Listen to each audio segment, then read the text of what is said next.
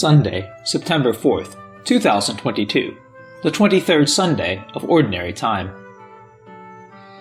In today's Gospel, Jesus presents three difficult and discouraging requirements for discipleship.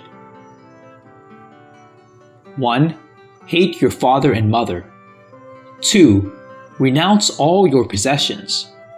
3. Take up your cross and follow him. These are suicidal conditions for any leader to place on his followers. These disheartening demands can be understood only in the context of the final journey of Jesus to Jerusalem. As I often mention, the pilgrimage of Jesus to Jerusalem begins from the time Jesus sets his face to Jerusalem. As the journey progressed from Galilee through the villages and towns, it gathered more and more people, and Jesus was worried that those following him might have misunderstood the purpose of his journey. He was dissuading them by clarifying the purpose and the hardships of this journey. He was worried that they may have made hasty decisions without knowing the consequences of their choice to accompany him. The metaphors of going to war or building a tower indicate the gravity of the pursuit of the kingdom of God in following Jesus. The followers seem to have imagined the defeat of Herod and Pilate, the takeover of Jerusalem, and the re-establishment of the Davidic kingdom. Jesus, of course, knew that this was a different ballgame. He was sure from the Transfiguration that he would be killed in Jerusalem. It is in this context that Jesus makes the three dissuading statements. Hate your father and mother.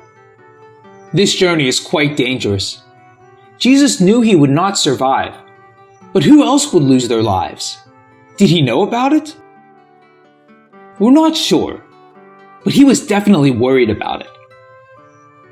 It is possible that they might not return.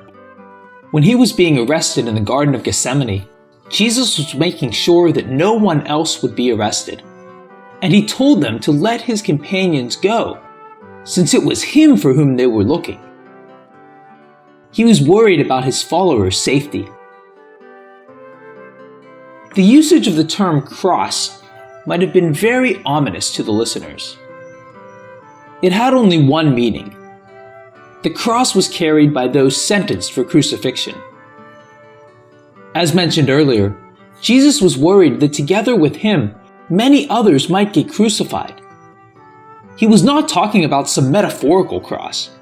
He was talking about a real cross. He would be the one to take it first, but they would have to follow him.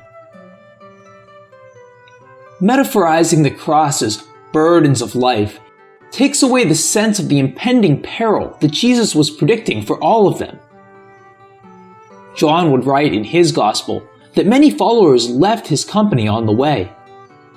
He mentions it because of the difficult teaching. Well, that teaching included the possibility of crucifixion for those who followed Jesus to Jerusalem. Renounce all your possessions. Jesus also asks this of his followers before undertaking the journey. There are no metaphors here either.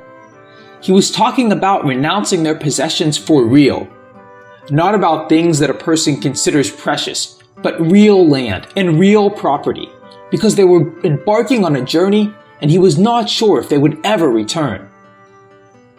If people would worry later about the poverty and lack of resources on the way, then there was no point to even beginning the journey. We can easily recall the journey of Israel through the desert of Sinai. The Israelites regretted leaving Egypt because they missed the food and the comfort.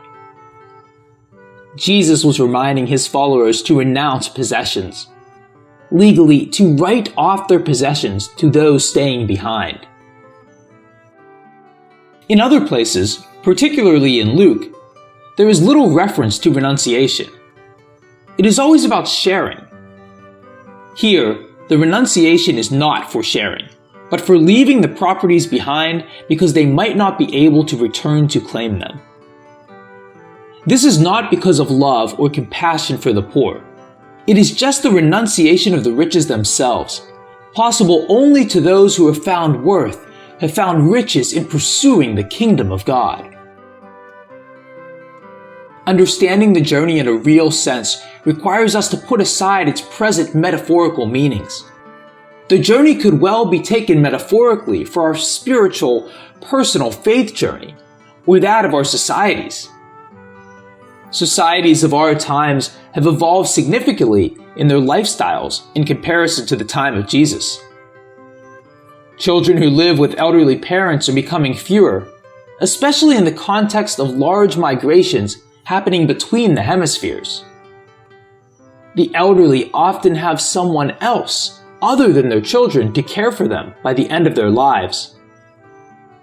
Loving one's parents is the most precious relationship on earth is not true in many cases now.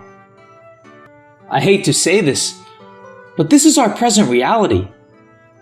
The number of parents who love their children more than anything else is also on the decline. Many more adjustments in family life would have taken place if the parents really cared for their children. Now, I am not talking about maintaining abusive marriage relationships, but I'm talking about the silly reasons on which some divorces are initiated. Take up your cross and follow him. Crosses have their metaphorical meanings as well. We find more and more people stressed and worried in our times. The ratio of depression and mental illness in societies is climbing due to the inability of people to come to terms with the crosses they must carry. Resilience in bearing pains, the pain threshold, is pretty low.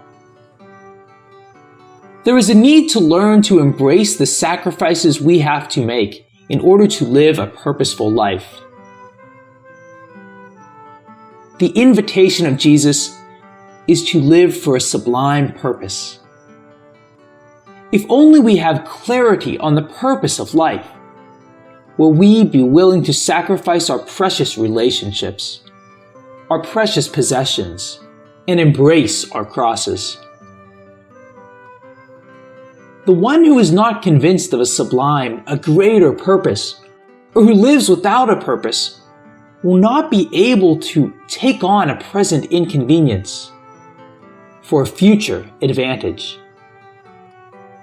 This question challenges me to the core. What is the purpose for which I am willing to sacrifice everything I have?